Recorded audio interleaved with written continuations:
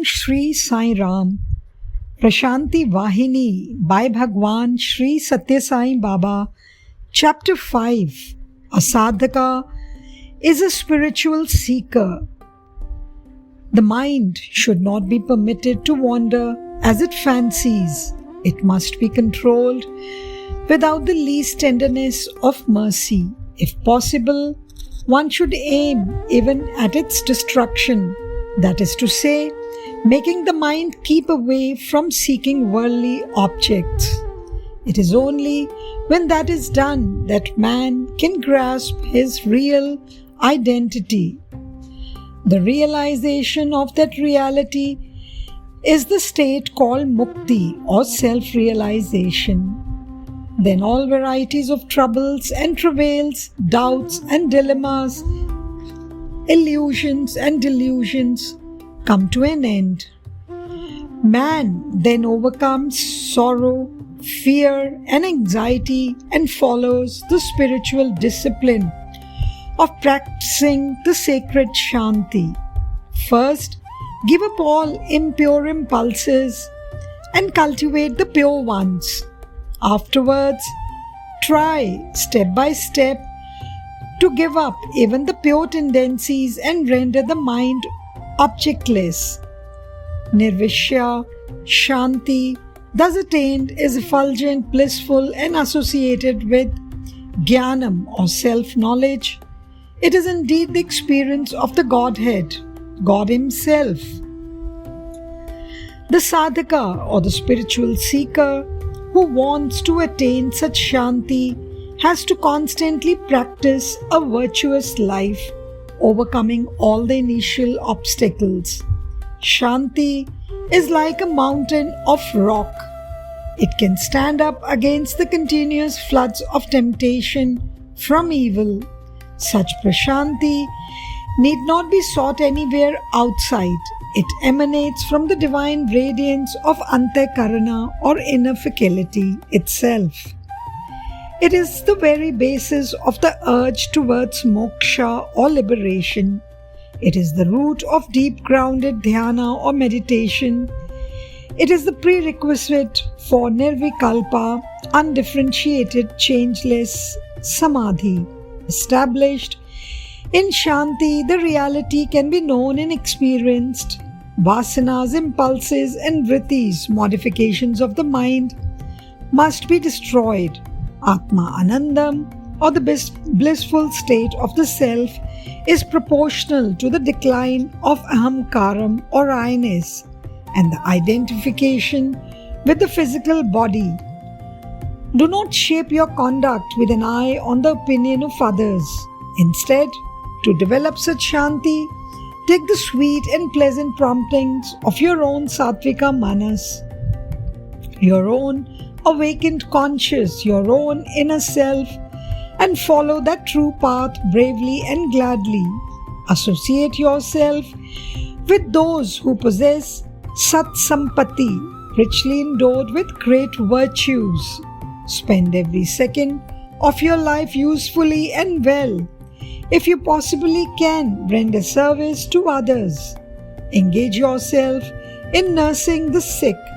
But when thus engaged in service, do not worry about either the result or fruit of service, or the act of service, or the person to whom it is rendered. The service is made holy and pure if you ignore both the good and the bad and keep on silently repeating in your heart of hearts the mantra that appeals to you.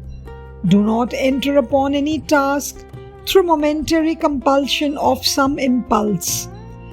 The impulse might appear very respectable, but you should not let yourself be dragged by it.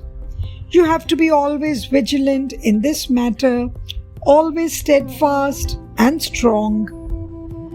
A joyful outlook helps Shanti to grow. Such joyfulness should therefore be cultivated by the sadhaka. A lovable character, free from pomp and show, must be developed. He should understand the secret of good character and on that basis strengthen his willpower for betterment. He must conserve his strength and power without utilizing it wastefully. If he moves in the world intelligently and with care, he can demonstrate the truth of the statement, man is truly the nature of Shanti, not doing anything that disturbs Shanti, not wasting the valuable time in worthless talk, conversing pleasantly and to the point, etc. Such things indicate humility and simpleness which strengthens Shanti. If everything is dedicated to the Lord, there will be no room for worry or sorrow or even joy. If you rid yourself thus of attachment, Shanti can never be disturbed. I, my, mine, my own, yours. When these ideas take hold of the mind, Shanti suffers a setback. Even to get the attitude of sincerely offering all to him, prema or love, associated with Atma Vishwasam or self-confidence, is essential. That is what is called bhakti. Cultivate it steadily every day and derive joy therefrom. Along with bhakti, one should also have a mind filled with samarasa or equanimity. Spiritual life is not a matter of meaningless talk. It is really life lived in the Atma. It is the sublime experience of pure Ananda. It is just another name for the accomplished life. Sampurna Jivanam.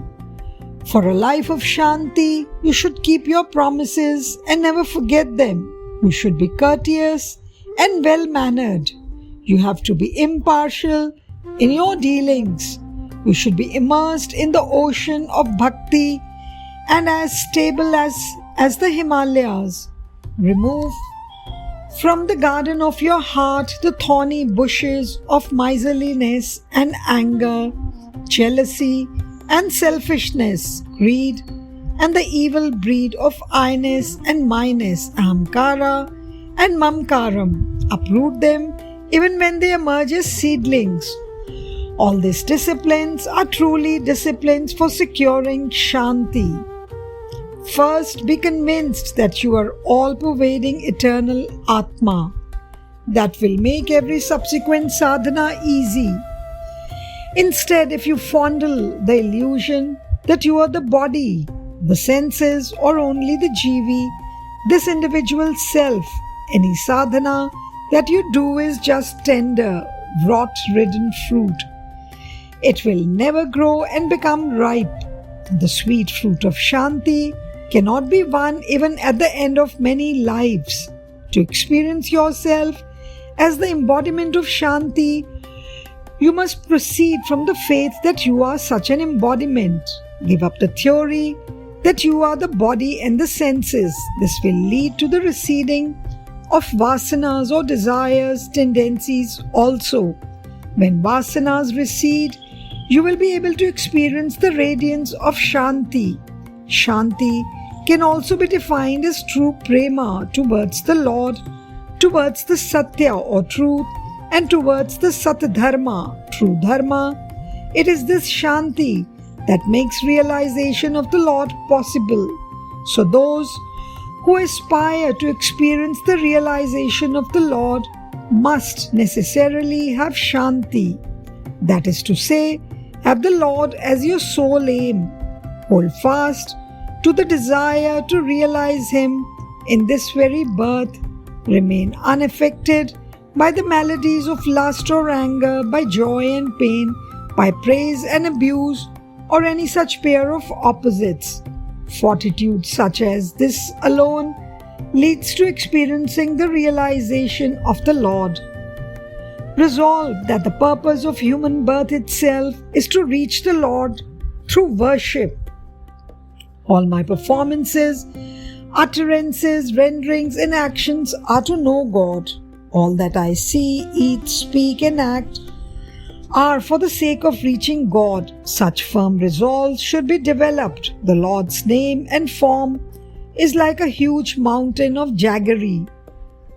Approach that mountain, have faith in it, taste it anywhere, and you will experience only the sweetness of Ananda. The highest class of bhaktas are those who ever revel in that Ananda.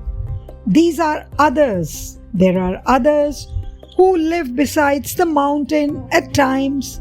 They enjoy the bliss of the constant remembrance of the Lord, and at other times they experience the objects of the world.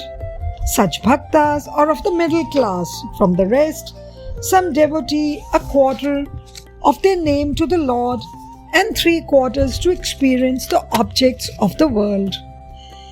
These are of the lower class of bhaktas. There are also others who take shelter at the foot of the mountain or the Lord's name and form when calamity hits them, but move far away from it when the crisis is over. These are of the lowest of the lower class of bhaktas. Of these 4 grades, you all, being supreme devotees, must choose the highest type and firmly cling to that path and enjoy bliss and sweetness throughout your lives. To persist on that path, Shanti is the best comrade that, with its help, you can render your life holy and fulfill its purpose. But one point has to be carefully noted here. When the body suffers from fever or when the mind is otherwise distracted, you do not feel the taste of the things you eat. So too, when the Lord's name is constantly remembered or meditated upon, if the heart is tainted by tamoguna or the quality of sloth, or if the mind is otherwise distracted and fickle, you cannot be aware of the sweetness of the name and cannot develop taste for it. So long as the jaggery or the sweet is on the tongue, you feel the sweetness in the taste.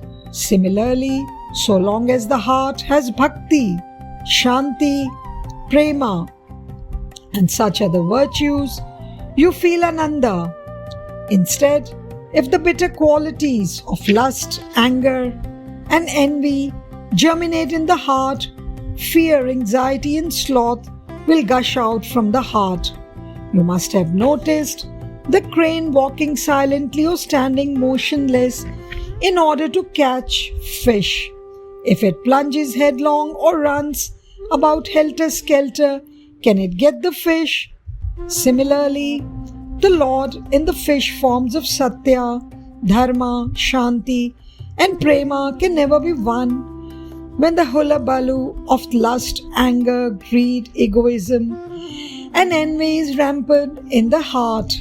The Ananda that transcends all Ananda can be achieved if a single sadhana, the constant remembrance of the Lord's name, is practiced, and if as a consequence Shanti is attained. By this, that it is the consequence of your own past deeds. Do not lay the blame on the Lord and develop a grouse against Him. Do not pay heed to those hardships or take it as such, but engage yourself in the service of others and in deeds of punyam. Continue remembering the name of the Lord constantly. That is the sign of the wise, that is acting Pandava-like. To strengthen this sacred attitude, Shanti is a great source of help. Basking in the happiness born of past punyam, you should not be tempted to commit deeds of evil. You should strive to perform even more punyam or meritorious deeds. Then you can make your lives holier and purer and reach the divine presence. Such striving is the sign of the highest character. Establishing oneself in Shanti through this type of character and attaining liberation or moksha This is the secret of a successful life, the duty of every individual. For what exactly is moksham or liberation? It is the samadhi attained through the sadhana of chitta shuddhi or purification of the mind, the sadhana of negating all the impressions that one gets through seeing, hearing, reading, learning, doing, and getting things done through others. A person suffering unbearable physical agony does not like or take any interest in an entertainment, does he? Similarly, sincere seekers and devotees can have no interest in the world's theatre of objective pleasures, petty passions, angers and hatreds, etc. These inferior desires have first to be renounced. And checked. They lie at the root of all misery. Passion is the product of delusion. It dwells in the mansion of Rajas. Renunciation or Viragyam is the resident in the mansion of Sattvika Guna, a quality of calm serenity. Passion is an asuric or demonic asset. Passion, ignorance, selfishness, all are born of delusion. Passion brings about death, while Vairagyam is wisdom. Vairagyam brings about liberation. Stabilizing oneself in Vairagyam or renunciation is itself the highest tapas or austerity, the most exacting vow.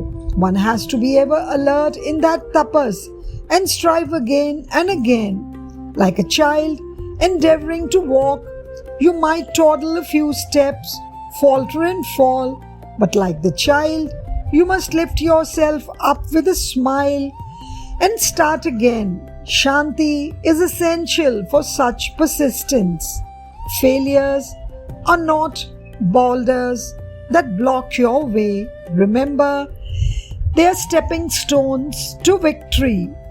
Be bound to the Antaratma or conscious.